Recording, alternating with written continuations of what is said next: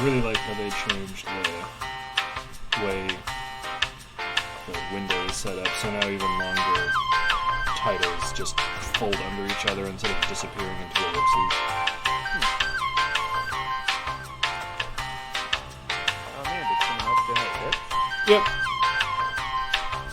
New person who stopped by the stream? Or is it someone who I hadn't seen before? They started showing up during Hyper Light Drifter.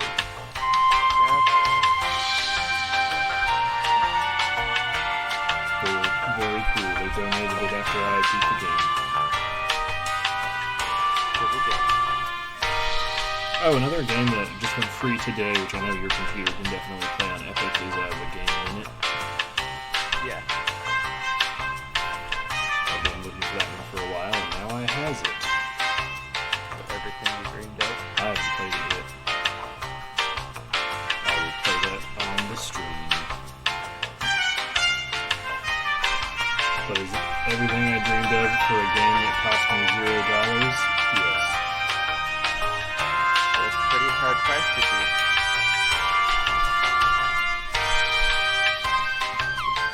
The best I've ever gotten a game for was plus 7 cents. Yeah, I'm guessing it was like a free game and then you got a thing on Steam that you could sell. Yeah. It had, for some reason, like a really...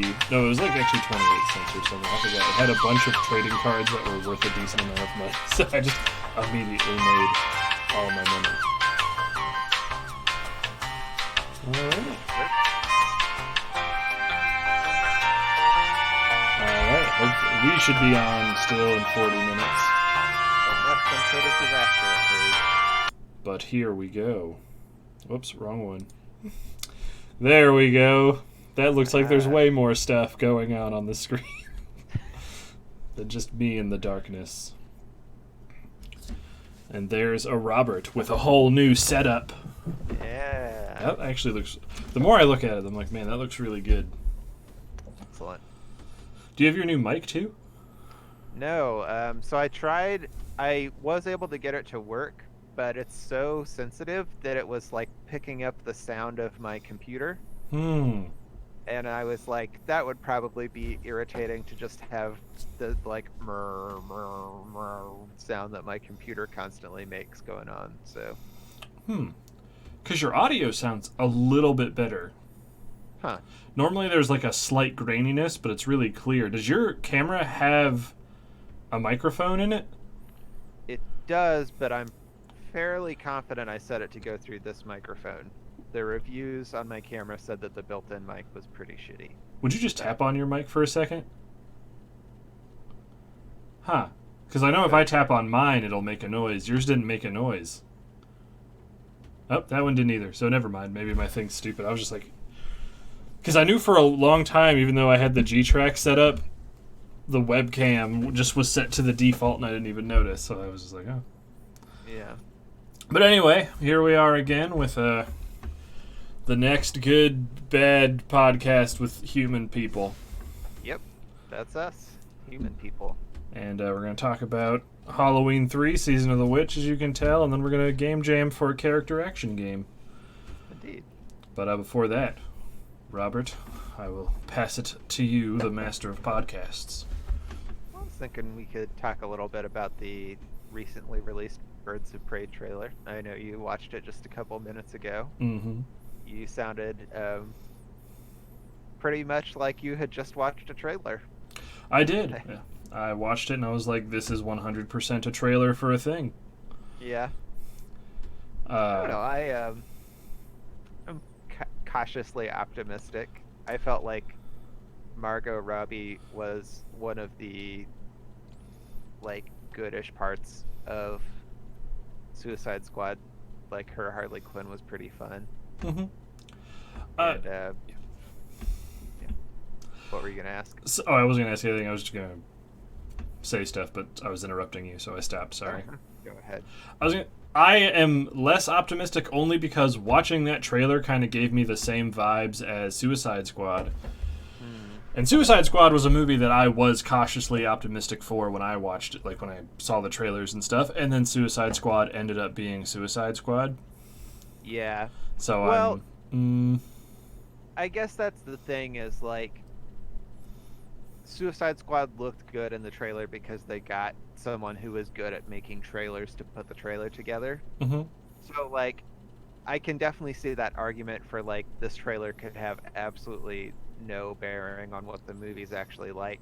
But I don't know. I think it could be fun. I also feel like DC has learned a lot of hard lessons over the last couple of years, and it seems like they're making a real effort to turn it around. So That very well may be the case.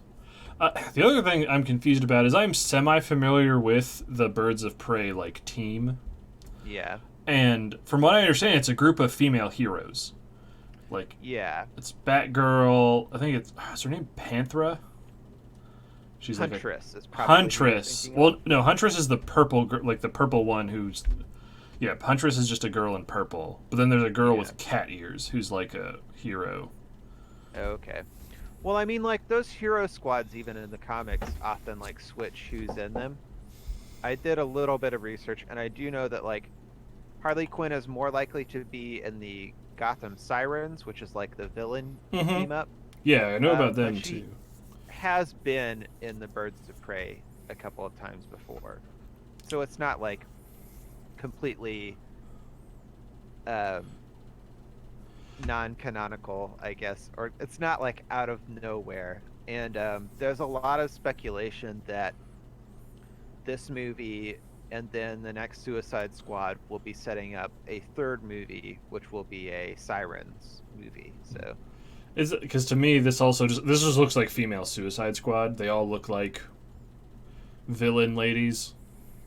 well, they're all heroes. Are they? I'm saying from that Yeah. trailer, they just all look like villain people.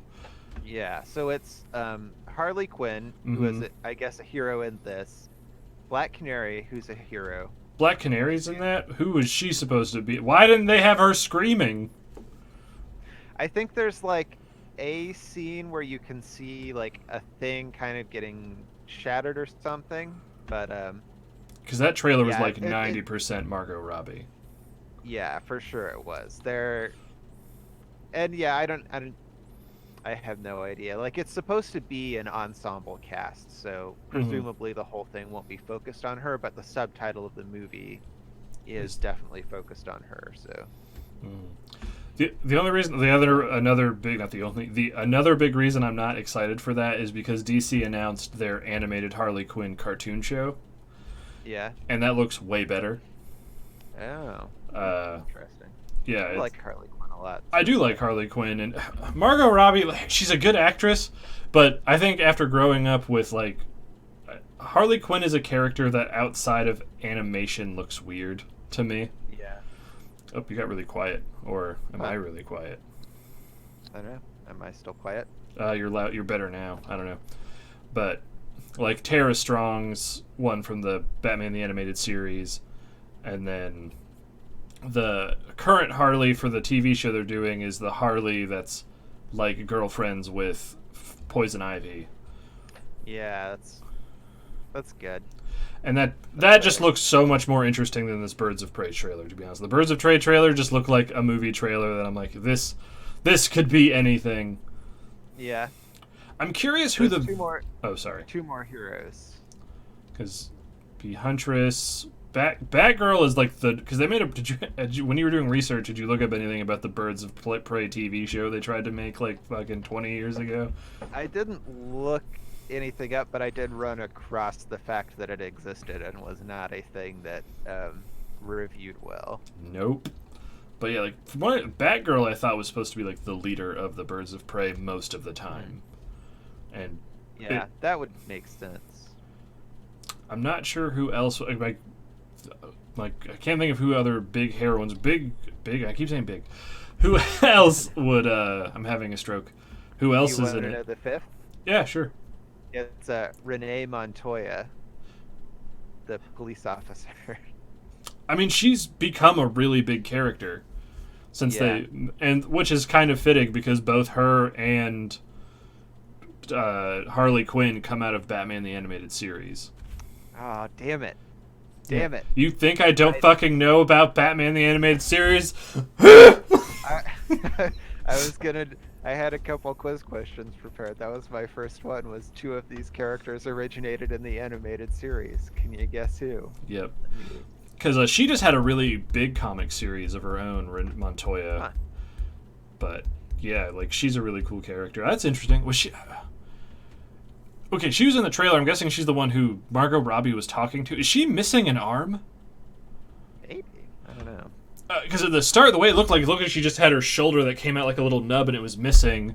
And then in the other shot where she's like, Harley, focus, that shoulder is turned away from the camera and she throws another thing over her other shoulder. So I was like, is she missing an arm? Huh. That's why I couldn't think of who that would be. But if that's supposed to be Montoya, that's really interesting. But wait, so who were the other heroes? You told me Black Canary, Margot... So Black Canary, Cassandra Cain, who was one of the Batgirls. Mm-hmm. Wait. Renee Montoya, and then Huntress. Is she supposed to be post-Batgirl in this? I'm not sure. Because, like, that trailer is kind of most of what we have to go on for information right now. Is this just, without sounding super weird, is this just Lesbian Squad? Maybe. Because I think... You'd think if they were going to do that, though, then they would have just gone to the Sirens and had Poison Ivy. Because I think well, I guess Harley Quinn is bisexual, but Harley Quinn is definitely, like, she has relationships with Harley. Renee Montoya just came out as gay in the comics. Cassandra Cain is gay. I don't know really that much about Huntress, other than she wears purple. But I was like, that's really interesting. Yeah. She might also be, so I'm like, oh. We do know who the villains are going to be also. I was hoping, who's is that Ewan McGregor? Is that his name? It is, yeah. Who's he Black playing? Mask. No. And then Victor Zsasz is going to be working for Black Mask. So Was he in that trailer? I don't know. I did not see anyone who looked like Victor Zsasz. Like, you know who I that just is, know I'm that sure. they've announced those are the two kind of like villains of the movie. So the end of the movie, Harley's gonna like drop shit on his face, I guess, and burn the mask onto him. Oh yeah, it could be. That has to be what it is. So he's gonna turn into Black Mask at the end of the movie. That's what I assume. Because Black Mask's mask is like irremovable from his face. Gotcha. But he's a decent villain. He's gotten much more developed over time from when he first started. He was just an annoying mobster that Batman punched in the dick a whole bunch. But okay. But you got some quizzical questions?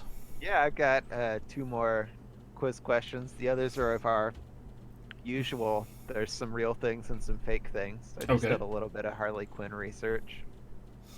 So these are going to be 3 things that Harley Quinn has actually done and one that I made up. Okay. Joined the Amazons. Okay. Reprogrammed Cyborg to make him evil. Become a Green Lantern. And temporarily died and gone to hell. Those all sound like things. Basically, everyone in the DC universe has become a Green Lantern at some point.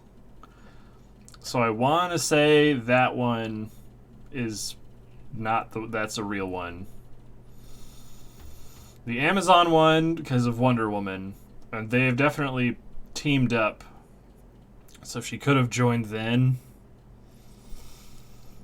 Cyborg turning evil just sounds like comic book nonsense, so yeah, obviously that could be in it.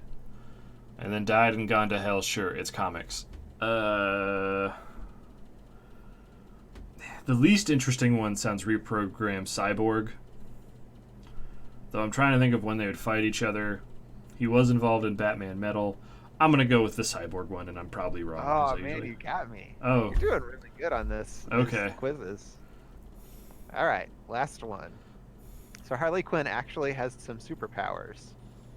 and I wrote down two of them, but then I accidentally threw in a third, so Okay. you got to figure out which. Can I ask what this is according to? Um, Like, I know this is, I don't know if you looked at, like, who's writing it? yeah, I don't know, like, in which versions of the canon this was or was not the case, but let's just say these are superpowers which she has at one point in time, at least, canonically had. Okay. All right. So, immunity to poisons, Mm-hmm. the ability to control hyenas, slightly increased speed and strength. Those are your three options.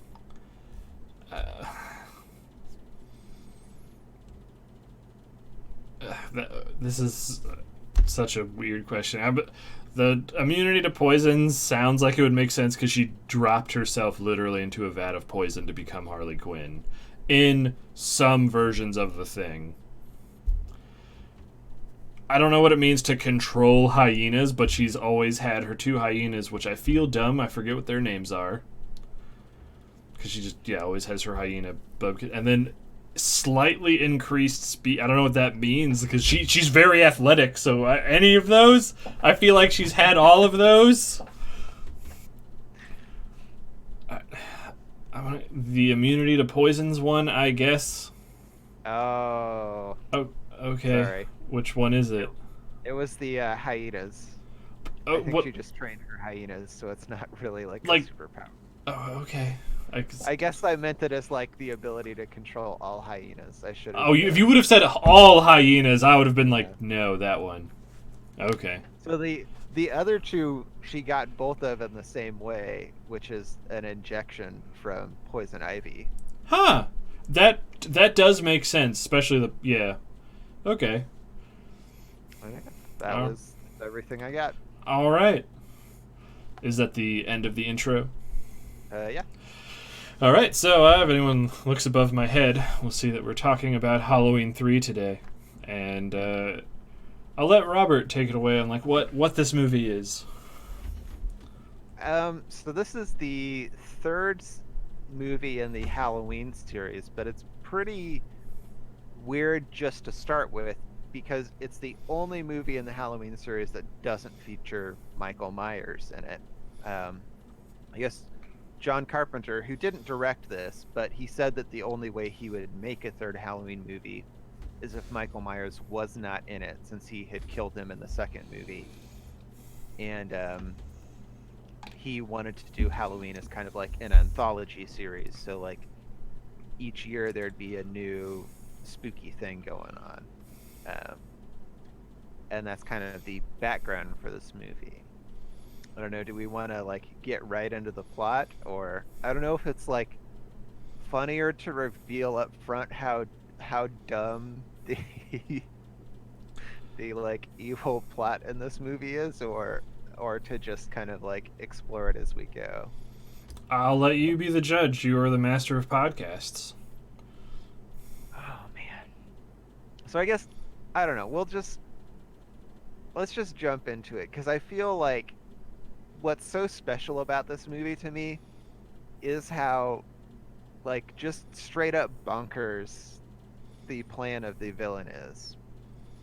So the evil in this movie is an Irish witch or warlock who's the owner of a toy company Mm-hmm. and has decided to steal part of Stonehenge and chip away little Stonehenge bits and put them into masks. And then on Halloween, all of the kids who are wearing his masks will watch a commercial which will trigger the masks, and all of the kids' heads will turn into bugs and snakes. Mm-hmm. No thoughts on that? To be honest, Robert, like when I saw this movie was not as dumb as I thought it was going to be. Like the way you said it right now, just describing it in plain English makes it sound way dumber than the movie presents it. So that's the thing, is like one of the weird things about this movie, and I think the reason it feels that way when you're watching it, is because they got a really competent director of photography. Mm-hmm. Um, the DP for this was like the guy who did Jurassic Park and also like Mm. the original Halloween movies and stuff. Gotcha. So he's like really good. But like I feel, and the other thing is that I think when we normally think about like bad horror movies, we're often thinking about like really hammy, cheesy acting, and there's a little bit of that Mm-hmm. in Halloween 3, but for the most part the acting is so like subdued that it never really stands out as Yep. being like hammy or cheesy. But I feel like the weird thing is this is a movie where like while you're watching it it doesn't feel that bad, but as soon as you take it and put it on paper, it just is like hilarious to me. So many stupid things in this movie that you can pull out and talk about. Then But talk away. so like, um, well, let's talk about our hero a little bit. Okay. Dr. Chellis, who like there are a couple of weird things going on with him. The first is, like, are there any women in this movie who it's not implied that he has slept with at some point? Other than like, Uh, there's like a couple maybe. But he touches um, butts yeah, inappropriately. there's like a full-on sexual harassment scene with one of his nurses, where he just like is touching her butt. And then he has an ex-wife who presumably he's touched her butt to. And then also the person who's doing the autopsy, there's like some pretty Mm-hmm. the like dialogue between them makes it seem like they've probably slept together. And then of course there's the daughter of the person whose murder he's investigating, who's like way younger than him. And like the scene that kind of like leads up to them jumping in bed feels to me like porno level dialogue, where it's like, I don't know, did that not feel cheesy at all to you? I mean, it felt just like not good writing, but Yeah. not to the point it was funny. Because Will, as soon as they were like, Will and I were like, oh man, when are they gonna bang? And I was, one thing I misunderstood when I watched it through the first time is I thought he was still married to that woman, Yeah. because I guess I kind of glanced away for a second because when he was talking to her on the phone, when someone said, my ex-wife, I thought it was the fireman next to him, kind of just going like, oh, I got an ex-wife, I understand. So I was Yeah. like, would they make a main character who cheats on his wife? But then Well, I rewound it and I was like, oh, he's saying it. So right away, as soon as I knew he wasn't married to that lady, I'm like, he's gonna fuck her. And Yeah. then they do. I was way more disturbed when she got out of the shower and then just immediately wrapped herself up in a blanket. That bothered me more than anything else in this whole movie. yeah, it's like it's a really weird move that she just like hops out of the shower and is like, I'm not gonna use a towel to towel off. I'm just gonna like get in these blankets and then magically change into lingerie that she brought with her for no apparent reason. Every Um, woman in the late 70s, early 80s is always wearing lingerie, Robert. yeah, I mean it's like funny to me because like the reason that they're on this trip is to investigate her dad's mysterious death. Mm-hmm. And one of the like guy who loads their luggage even comments like, "You did not pack very heavily." But somewhere in that suitcase, or not even a suitcase, just like a little like lunchbox Tote size bag bag. thing. Yeah. She There was like, gotta have my lingerie in case we're boning down. Maybe she bought it at the small town Irish lingerie store. That could be. I guess maybe they were open after the small town Irish curfew that was called by the toy company. Hey, man. You gotta get those after hours panties, I guess. Yeah. So the other thing about Dr. Chellis that I find kind like funny that it's so obviously there, but the movie makes like no attempt to comment on it or use it in any way for the plot is he's like clearly an alcoholic, right? Is he? Like, okay, so I'll make my case. I mean, I'm not saying you're wrong. I just noticed him buying the alcohol that one time. Okay, well, okay, so I've got some scenes then to point out that I think are kind of funny. Um, when, oh, what's the girl's name? Ellie? Ellie. When Ellie goes to find him, it's Sunday morning and he's drinking and watching cartoons in a bar. And like, and she says like Ellie shouldn't be able to find him, but she says like the nurses told me you would be here. So this has got to be like a normal thing for him is chilling out at the bar Sunday morning. Mm-hmm. But the one that's the funniest to me is when they're getting ready to leave, he's on a payphone talking with his wife and explaining why he can't take the kids. Oh, and all the beers on top of the phone. Yeah, he's just got like a sixer. And that seems to be like the only luggage that he brought. That's the only thing he takes with him into that car is a sixer.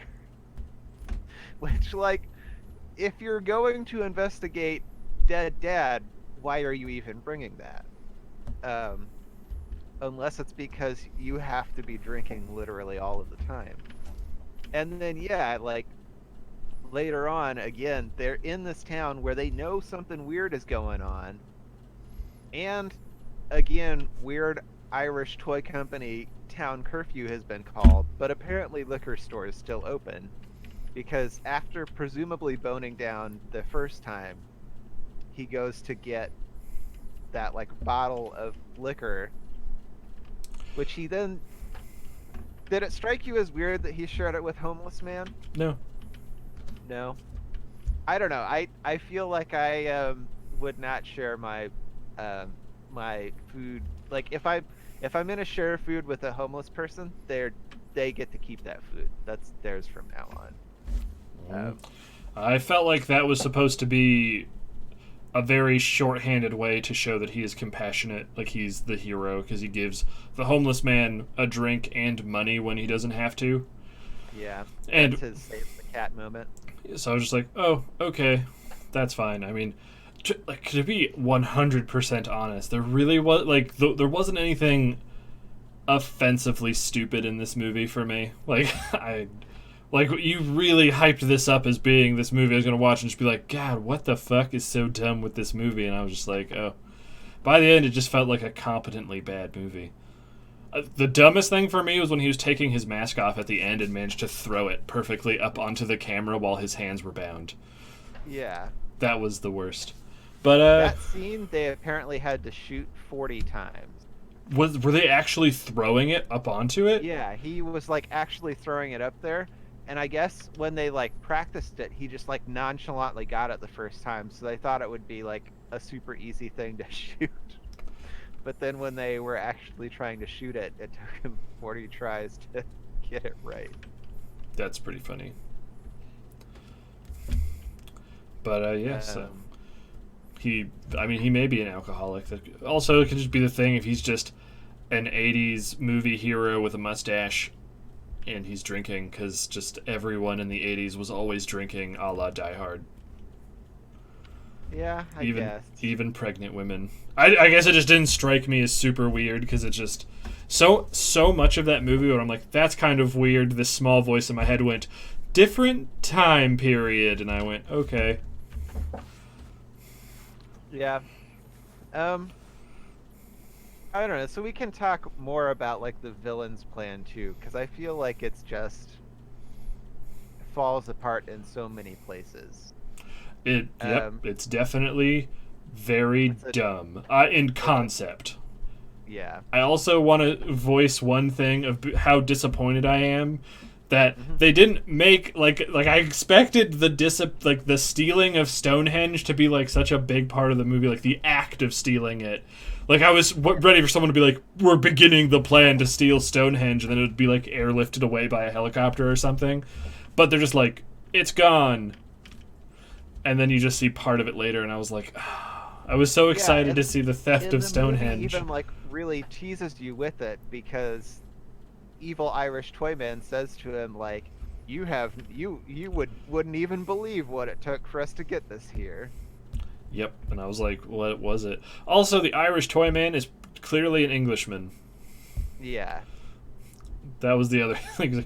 This is the Irish guy, and I was like, what famous Irish actor is going to be this? And then it's the fucking dude who played, like, he was in Macbeth, and I was like, that's not an Irish guy. But whatever. So anyway, yeah, his plan. Yeah, like, so it's dumb on the whole, but it falls apart in a lot of small places too. Mm-hmm. One that I thought about a lot was, like, the lady that they run into at the motel who gets her face lasered off. Mm-hmm. Her complaint is that the tag fell off, which, first, like, I can't imagine being bothered that the, like, brand marking tag fell off of my Halloween mask. I think what that was supposed to be is these masks are popular and being sold because they're silver shamrock. Yeah. And if the thing falls off and there's not a... Because the only thing to prove they're silver shamrock masks are these stupid, overly sized buttons. So if the button's not on the mask, then people might not buy it because they might not be like, oh, it's not a silver shamrock mask. So I saw that more as a branding thing, that they wanted it to be silver shit. Because everyone else, when they're wearing it, still has the big, stupid button on it. That's the thing, though. Like, when you were a kid, is that something that you would have given a shit about at Halloween? I don't know. I wasn't a kid in the 80s or 70s. I don't know. I mean, I definitely know I would have cared. Like, I remember caring about, like, breakfast cereal when I was younger, where it's like, I want Frosted Flakes, and then my parents would be like, well, we're getting Great Meals Sugar Crisps, and I'm like, no, it doesn't have Tony the Tiger, for whatever reason. I definitely know as a kid, I mean, like, commercials and branding was a thing that affected me. So for as much as a big deal they play the Silver Shamrock commercial a billion times and that the kids wear it, I'm sure they want to create the idea that the Silver Shamrock mask is a very child-wanting thing. But... Alright, fair enough. But, okay. So she says that the tag, though, fell off because her kid was throwing it around. Yeah. Which, like, if that tag is the piece of the mask that has the magical Stonehenge bits in it, and it's vital to your plans, don't you think you're attaching it a little better to your mask? Yep. Yep. You're gonna put it on in a way, and then, like, it doesn't take, like, all it takes for it to shoot a laser out is her dicking around with the weird chip on the back of it, which, like, I don't know. I feel like there's at least one other kid somewhere in the nation who gets his face lasered off, and someone's like, that's weird that there's face lasers in these masks.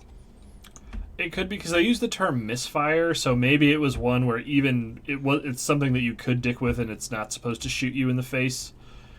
Yeah. I don't know. I was trying to give it the benefit of the doubt.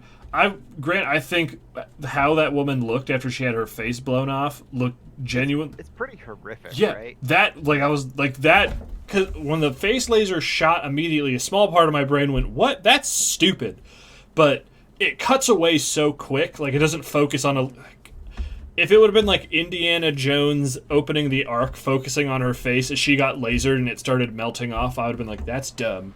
But it cuts away really fast as soon as the laser hits, so you kind of jump and go, what was that? And then when you see her again, her face is just blown open, and then a bug, like a huge wasp, climbs out of it.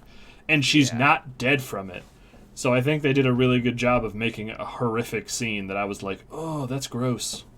Yeah, I do agree with that. That one, and then also the scene where you, like, watch the kid's head get turned into bugs. Yes. Is also, like, genuinely gruesome and gross. And I was like, oh. But Yeah, like the plan is dumb. To me, this didn't feel like a movie about Halloween. It felt like a weird Doctor Who-ish episode of using technology to do an evil thing. Yeah.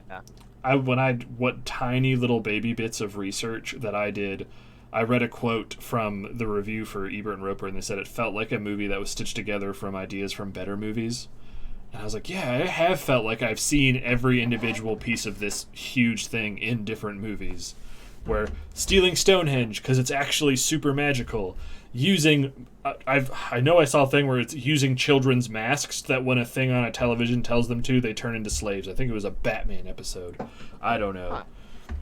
Because I think the Toy Maker does something like that. Yeah. But I don't know. His plan is dumb. I thought the villain was enjoyable when he was on screen.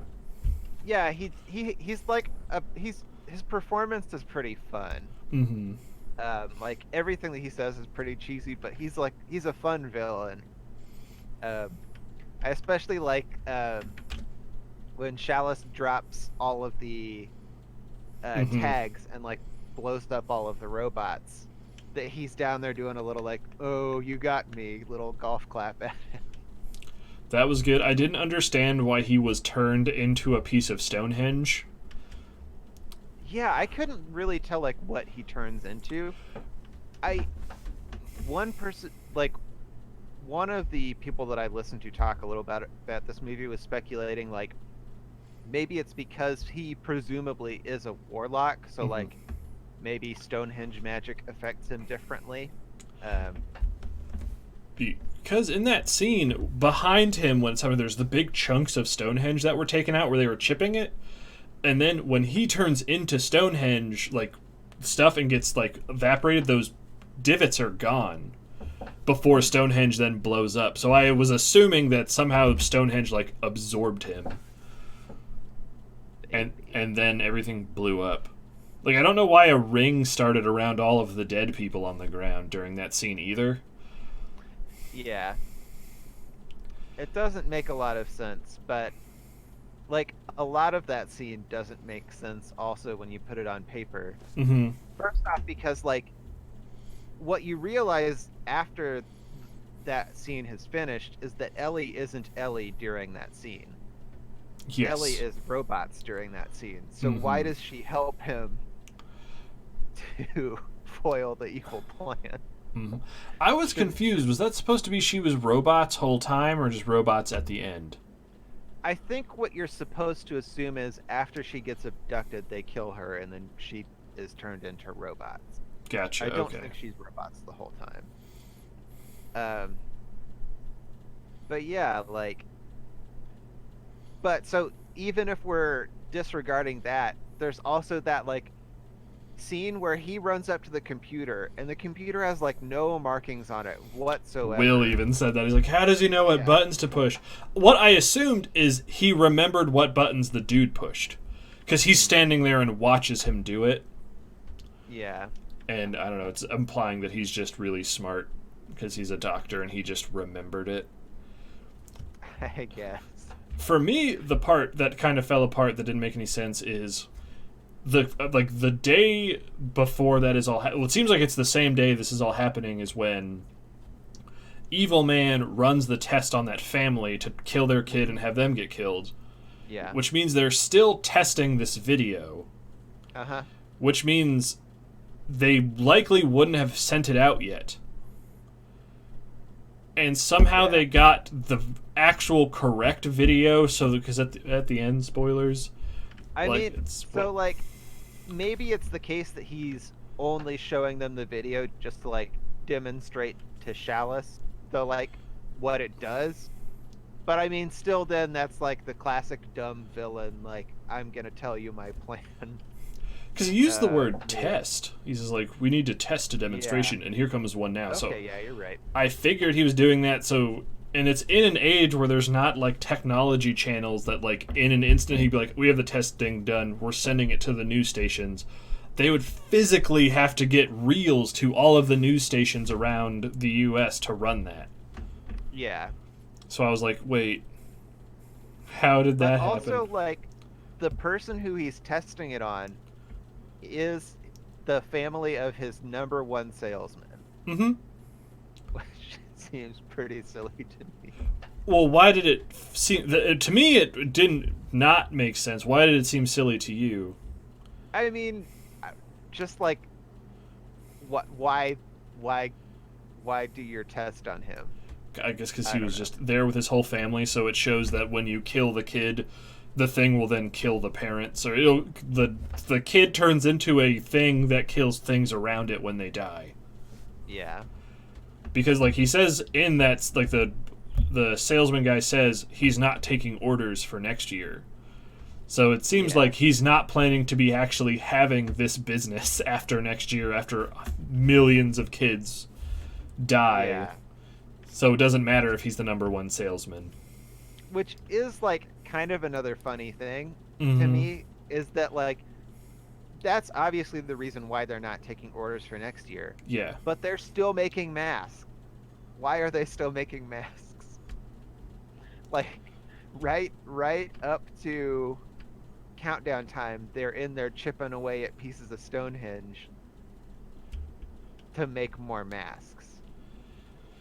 Yeah, my brain, because there's so few people making masks that it was just like they're doing it to keep up appearances for people. Yeah. Because I couldn't. One thing that bugged me because I didn't get an answer to it is when they're driving into town, Ellie and Doctor whatever his name, and everyone. Chalice. What is it? Chalice. Like the thing you drink out of? Yeah, but it's spelled Challis. So Gotcha. it looks like a French name, like it should be Chalice, but yeah, they pronounce it Chalice. Gotcha. When they arrive in town for the first time and everyone in town, like, looks at them, it makes it seem like they're showing up in, like, a Children-ish of the Corn sort of thing, where it's like everyone in town is in on it. But then that doesn't seem to be the case. Mm-hmm. So I was wondering if he has to keep the factory running so that people don't whatever, but yeah. That is another thing that doesn't make sense. Yeah. So, like, a couple of other things about the factory that don't make sense is that people are driving to the factory to pick up their orders. Yes. Like, this is a mask company that is nationally selling masks, but you got to drive there to pick up your order. Yeah. Which is pretty silly. I mean that's not super weird, especially given the time is before there was a lot of big major trucking companies. A lot of companies ran their own trucking businesses, and to have, like, setting up a delivery for yourself, that you had to pay, like, a fee to have that get done.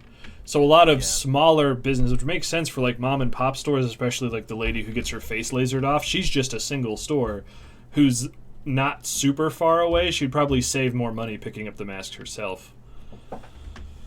Okay. Because Fair enough. I knew some people who owned some bookstores in New York, and they would go and get the books from the printers instead of having them delivered because it just made more sense. But all right. Well, there's one of my silly things shut down. But here's silly thing. There's a number 2. billion silly things in this movie. I can't shut them all down. So, why are there only 3 masks? Yeah, that was a thing I was talking about. Like, I found that ridiculous that every kid would want one of 3 not character masks. It's not like the Power Rangers. It's just Spooky Skeleton, Ghoul, and Pumpkin. Yeah. That was dumb to me. If it wasn't like a national thing, if it was like if the whole movie only involved a small town, then I'd believe it because it's dumb. Small town kids are dumb. But yeah, that didn't make any sense.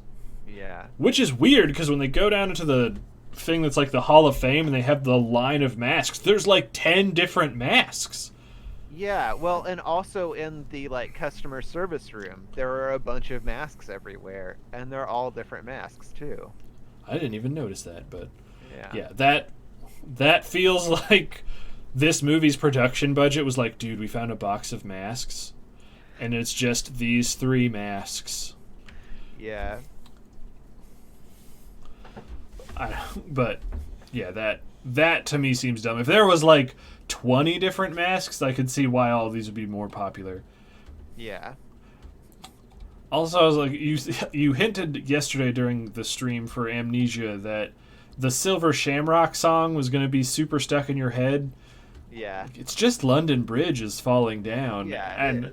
And I guess I was like, even for as much as it played, it didn't really ever get stuck in my head, and I was just like, Fair enough. I don't know, something about the like carnival organ that's used in it. I just for the week after was sitting there, and then in my head was do do do do do do do do. Was it an organ or was it a calliope? I probably a calliope. I think carnival organ is just the name that I came up because I did not know the word calliope. Oh, okay. But yeah, like I heard it and I was like, I was. It's my own fault for getting excited. I was expecting like a really weird, catchy song that they wrote just for this movie, and then I was like, oh, it's just London Bridge. Maybe it was my disappointment that kept it from seeding deep within my psyche. Yeah.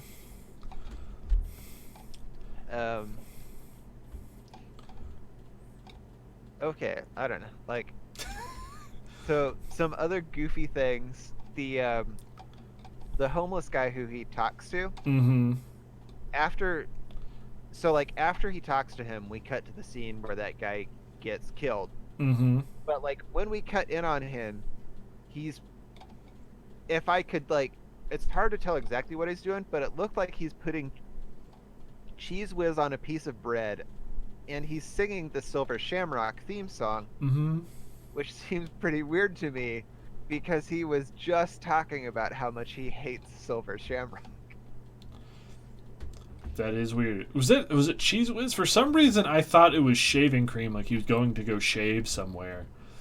Well, he puts it on a piece of bread and then eats it, doesn't he? I didn't see him eat it. I may have not been paying super duper attention because I was laying down the couch looking at it. I thought he was filling his hand with Barbasol, and then he walks out into like the junkyard area, and then the 2 dudes in suits show up, and he's like, "Oh God, no!" But maybe I missed that he puts it in his mouth. I don't know. Yeah, I thought it was the thing he was eating. But my memory is not photographic enough for me to be able to speak with any confidence to that, I guess.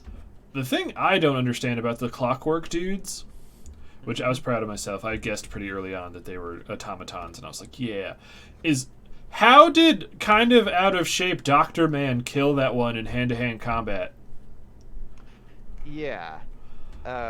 Like, the rules that they operate by seem so random because like in the opening scene we see, or the opening like kill, they like crush that dude's skull. Well, they pull it apart. Yeah. Which I was like, that's a very horrifically creative way to kill someone. Like that to me kind of like put the movie into like not like, oh, I'm excited to watch it, but I felt more positive about it because I was like, fuck, I've never thought about doing that because like your skull is technically separated around, so they just pulled it apart from his like bridge of his nose, and I was like, oh shit. But I don't see how he was like killed by the 2 cars slowly rolling into him. Yeah. So I don't. Yeah. Oh, sorry. It doesn't make a lot of sense. I wasn't sure if they were setting up that they're really strong, but also very like vulnerable. Kind of because like they're made of clockwork bits that even if a little bit of them kind of get rustled, the whole thing falls apart. Yeah, maybe. Because it seems like Dr. Chalice just punches him in the rib, and it's just maybe he hits him between gears, and he's able to go in and get whatever the yellow stuff is. Yeah. Do you want to know what it is? What is it? It's orange juice. Oh, like in real life? Yeah. Is that orange juice concentrate? I think so, yeah. Because that's what that shit looks like when they store it in silos, which is disgusting. I thought you meant like canonically they were powered by OJ, and I was like, no, I think canonically it's robot juice. He was really chill about killing that robot. Yeah. I would have been pretty hyped. Also, I don't know why that robot decided to do the 80s villain thing of throw hero around the room when you just have the I ability to. wrote that down too. I was like, if you had just held him, you win, but you gotta throw him That's the, because reason. that's such a weird movie trope where there's like the huge villain who just picks people up by their neck and breaks them. But then when they fight the Yeah. hero, pick them up and then throw them around the room until the hero figures out to like hit them in the jugular with their finger knife or whatever. I was expecting the whole time for Chalice to die, like by the end. Yeah. Especially with, I'll say to me the worst part of the movie was the part where Ellie is revealed to be a robot, and it just keeps doing the stings of oh she's back, and I was Yeah. like, and like because he like Will was sitting there and he was after like the third one he goes another one is another one coming. And then it did, like, her headless corpse body just walks over and then falls over. Yeah. And I was like, oh, okay. So, were they turning people into robots, or were they just replacing people with robots? Yeah, I mean that question isn't really answered, and I don't know.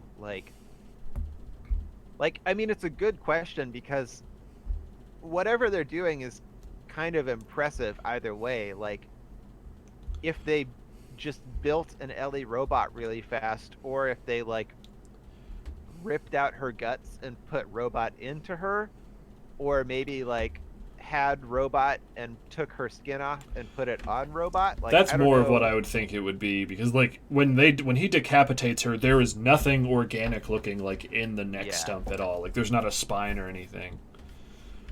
So, they may have just sewed a robot body into an Ellie suit.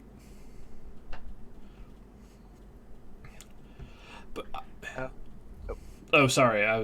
What were yours? Is probably okay, way. you go ahead. I was gonna say, like, just overall, there wasn't anything in this movie that was offensive to me. It just felt like a very subpar movie. I was really hoping it was going to be like laughably stupid. Like while I was looking up like a way to watch this movie on the same thing, it was like other movies you might like, and one was just called Killer Sofa, a chair that eats people. And I'm like, that sounds like a stupid movie. Like, if we watched it, it would be ridiculous. This felt like competent enough to just be disappointing, rather than like I didn't laugh at anything weird other than the mask throw, because he's clearly has his hands tied, so it's a wrist flick, perfect front facing mask landing that was best for camera. Yeah. And then I was impressed because my brain was like, how the fuck are the camera people not going to realize that's happening? And the camera people immediately go, he's escaping. And I was like, oh, okay, that felt realistic. I don't know. I still feel like the villainous plot of this one is just so crazy to me. That's what I like and find funny about this movie. It just felt like a hodgepodge of other villainous plots put together to me that I just wasn't like, this is so out of the way crazy. It was just like, this, Yeah. I don't know, this feels like a movie from the 80s to me. If they tried making a AAA film, I don't know, a Hollywood blockbuster today where the plot was stealing a part of Stonehenge and putting it into microchips to turn kids into snake bugs, then it would feel weird. But Yeah. my brain just went, it's old. Everything was weird prior to 2012. So that I was... Yes, but like for this to be the sequel to Halloween, like there were some competent people involved in this. Mm-hmm. It just seems like such a huge leap from a genuine classic of the like horror genre Mm-hmm. to like a thing that I don't know, it still feels ridiculous to me. Maybe I'm just not like steeped enough in knowledge of the 80s. But yeah. It feels like kind of what you said is they had, because I actually don't know how successful was Halloween like 1 and 2 like in the time that it existed. Those from my understanding were pretty big hits. Okay. Is Like I could be wrong on this, but I'm pretty sure the original Halloween was the movie that really like popularized the slasher genre. I would believe that. But I could see them kind of doing what a lot of studios for everything that they do is they made a thing, it was really popular, and they're like, now we have to make a new thing, but we don't just want to make another movie about a guy who stabs people a bunch, and they're like, let's get super weird with it. Yeah. And then well, I mean, the studio did want to make another movie about a dude who stabs people a bunch. It was John Carpenter who said no. Well, whoever was the creative head of this movie who was allowed to do what this movie ended up being, I feel like went, I don't want to do a movie about a guy who stabs people. Yeah. And then just went, what about weird witches? Like there wasn't even a witch in the movie. Yeah. Arguably the only one is if you want to count Evil Irish Toy Magnate. Mm. Like, maybe he is arguably a witch, but like the movie never makes it clear whether he actually is one. Yeah. What I thought was actually supposed to be happening is that the title was supposed to be kind of like a red herring trick, and that the actual horror of the movie was supposed to be related to like technology and stuff like that. That it was before it got to like the melting children head thing. I thought it was a movie about replacing people with automatons or controlling people's minds. I thought that's what it was going to be. So I'm like, oh, did they call it Season of the Witch so people would think it's a movie about witchcraft, and then they just get bamboozled by like a message about anti-consumerist, anti-television culture. But then kids' heads turned into bees, and I was like, oh, never mind, because he goes, yes, once we do this, a new age of witchcraft will start, and I'll get cool powers. And I was like, oh, okay. Yeah. I really was expecting someone in the movie to say the phrase Season of the Witch. And they didn't, and I was disappointed again. They let you down. So, like, okay, so there's one other thing that I want to talk about with this movie. Yeah. And this isn't something that I think is, like, this is something that I think actually is potentially a, like, interesting or affecting part of this movie, which is the ending of it. Yeah. So, like, he goes to the gas station. It's a little bit silly that he's able to just call, I guess, like, the mayor of television and get 2 of the channels shut off. But we'll even forget about that. Like, it cuts to black at a time where you don't know whether the villain's plan is going to succeed or not. What did you think about that? I mean, I thought it was an interesting way to end the movie. I could somewhat believe him being able to call. He wouldn't, because the thing is, no matter what he's doing right now, it's not going to be able to save people on a national scale. It would just be like a local thing. All of the TV would be coming out of one place, even though it's different channels. All of the channels in the old times when there was like 3 channels came out of the broadcast station, like the one here in Tulsa that's downtown. That's where all TV would come from for Tulsa. You could be like, yo, turn off all of your shit. Okay, so you're contending that he, like, there's no way that he ever could have saved everyone nationwide, but maybe what we're seeing is him shutting off the local channels. Yeah, that's how I interpreted by, like, the technological limitations of the time. And then the only thing I could see happening would be, because from weird family members who had history in television stuff, is there would be one person who's like the president of everything at that thing, but then there would be like people who are in like whole committees that are in charge of different small, like the channels individually. Is maybe the dude he was talking to is the president of the mayor of channel 1, and then he's like, good, turn it off. And then the guy's like, hey, there's a crazy dude on the phone who's saying that demons are happening, can I turn off your channel? And the guy's like, sure. And then there's an asshole third guy who's like, well, fuck you guys, you're not turning off my channel. Yeah. So, because that was the only thing that makes sense. Like, they have control of all of the channels. Why would they only turn off 2 of them? Yeah, if you convince the guy to shut off one of them, presumably you've convinced him to shut off all of them. So, my best case scenario, why the top is still spinning at the end of Inception reasoning was they are turning off the 3rd one, but it might just be taking time to, like, because it's not just flipping a switch, especially in old times. You had to like flip. I guess you could just flip a switch, to just dead air it, but they don't dead air it. They change it to the technology, like, we're having technical difficulties, whatever. So Yeah. maybe they were getting to it. I don't know. It did not feel like a movie that was going to have a happy ending. Yeah. But I also appreciate it wasn't a definitively evil ending. Like, part of me felt like, oh, is this movie just going to end by doing, like, a pan over the nation and there's just going to be just dead children throughout the streets? Because they do that one that one thing at the beginning, well, not the beginning, it's like in the middle, where they're like, Louisiana, Seattle, all this other stuff. And I was like, oh, are they going to do a cut at the end where it's showing the cities again and it's just dead? Yeah. So you've sort of predicted what I was about to say, which is in the original script, it is not at all ambiguous. The movie cuts to black, and then you hear the screams of children to imply that the third channel did not go off the air, and children died everywhere.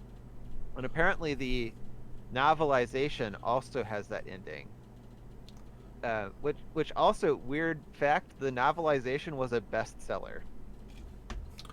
The story here is an interesting one that I think if it was done well would be fine. So I believe that. Yeah. If the person writing it knew what they were doing and people were like, oh man, I liked how. Also, it could have been a thing where people bought the book thinking it was a Michael Myers thing because they bought it before the movie came out. Yeah, that's true. But all right. I have definitely seen worse horror movies, and after I saw it, I was like, that was stupid. I'm upset I watched this. I did not feel that way with Halloween 3. I was like, okay. Nope. That felt like a movie I would watch on TBS at like 2:30 in the afternoon. Yeah. But, yeah, it was fine. It was not scary at all. It was disturbing at parts, but I was never scared. Yeah. The person getting their face blown off and then the kid turning into animal mush was like, I did sort of chuckle, which I don't know why, because I've never been in a situation where I've seen a child and then their family murdered by magical demon spirits. But it's when it keeps cutting back and forth between the people dying in that test room and then Dr. Chalice watching, he does this thing where he like shake that because he doesn't even go he keeps like a stoic face but then brings his hands up. I kind of went, what? So especially because when he does that and it cuts back to Evil Man, the Evil Man does kind of like a little eyebrow raise like, huh? Dead kids. And I was like, that's kind of funny. But because I did some reading where a lot of people like walked out of the theater on this movie. Yeah. And this wouldn't be I guess I don't know how much movies costs in relation to stuff back then. So if I paid the equivalent of $15 and then saw this movie, maybe I would walk out. But or if I was like, this is going to be the best Michael Myers movie ever, and then no Michael Myers was in it, I would walk out. But it didn't feel offensively horrible. Yeah. Nor did it feel like this is so stupid that it's going to become a cult film. It just felt enough to be forgettable. Until we just talk about it as friends because we're like, what if we stole Stonehenge? Yeah. But I don't know. Well, I do have a little bit of trivia. This is the part I've been most excited for was dumb trivia for this dumb movie. Yeah, I don't know if any of it's great, but no dirt piles, getting makeup in an ambulance or dirt piles. Those were so good. But, yeah. So like one thing that's kind of weird. The only credited writer for this movie is the director, Tommy Lee Wallace. Mm-hmm. But apparently the entire script was actually written by a guy named, or the original script was written by a guy named Nigel Kneale. Mm-hmm. And then it was rewritten by John Carpenter, who's also not credited, and then rewritten again by Wallace. So presumably, like about 60% of the script stayed in its original form, and then like 40% of it got changed during those rewrites. Mm-hmm. Um, but Nigel Neal ugh, Neil. um, was so offended by the amount of violence that was in the movie in the final script that he actually sued the producers to have his name taken off of the movie. Hmm. And he thought that the reason that it got so heavily rewritten was because the one of the producers, Dino De Laurentiis, was Italian, and he suspected that when it was translated into Italian, the dialogue didn't translate real well, and so he had requested huge rewrites. Gotcha. Um, we already did my trivia about the mask shot. Mm-hmm. Um, the a kind of funny thing I thought, Tommy Lee Wallace, the director, had originally wanted to cast only redheads for the robots since they're Irish. That would have been very strikingly interesting, I think. Yeah, But I guess this movie got a lot of heat for being anti-Irish at the time. yeah. Which I mean isn't surprising that it took some heat for that. It didn't. The movie to me didn't feel anti-Irish. Yeah, I guess the worst thing would be it kind of treated Irish people as sort of like dumb country bumpkinish people who are like, we got Mr. Caleb, whatever, who's here and he's a great man, and it's like he's clearly evil. You guys are stupid. But aside from that, it wasn't like, look at these stupid Irishmen I was able to trick into building my blood factory. yeah. But I don't know. Um, Oh, and in case for anyone wondering, this giant witch thing over my head never happens in the movie. yeah. I was waiting for Skyhead Witch the whole time. I'm sorry they couldn't give it to you. I know. All right, so this movie, my last piece of trivia, this movie has one pretty fun cameo. Okay. I'm going to take a guess at who they would have had cameo for this. My immediate guesses are John Carpenter, the guy who plays Michael Myers. This was 83, this movie came out. Was it early 80s? Sounds right. What? I'm trying to think of what big horror movies had come out. You're on the right track with your guesses. Okay.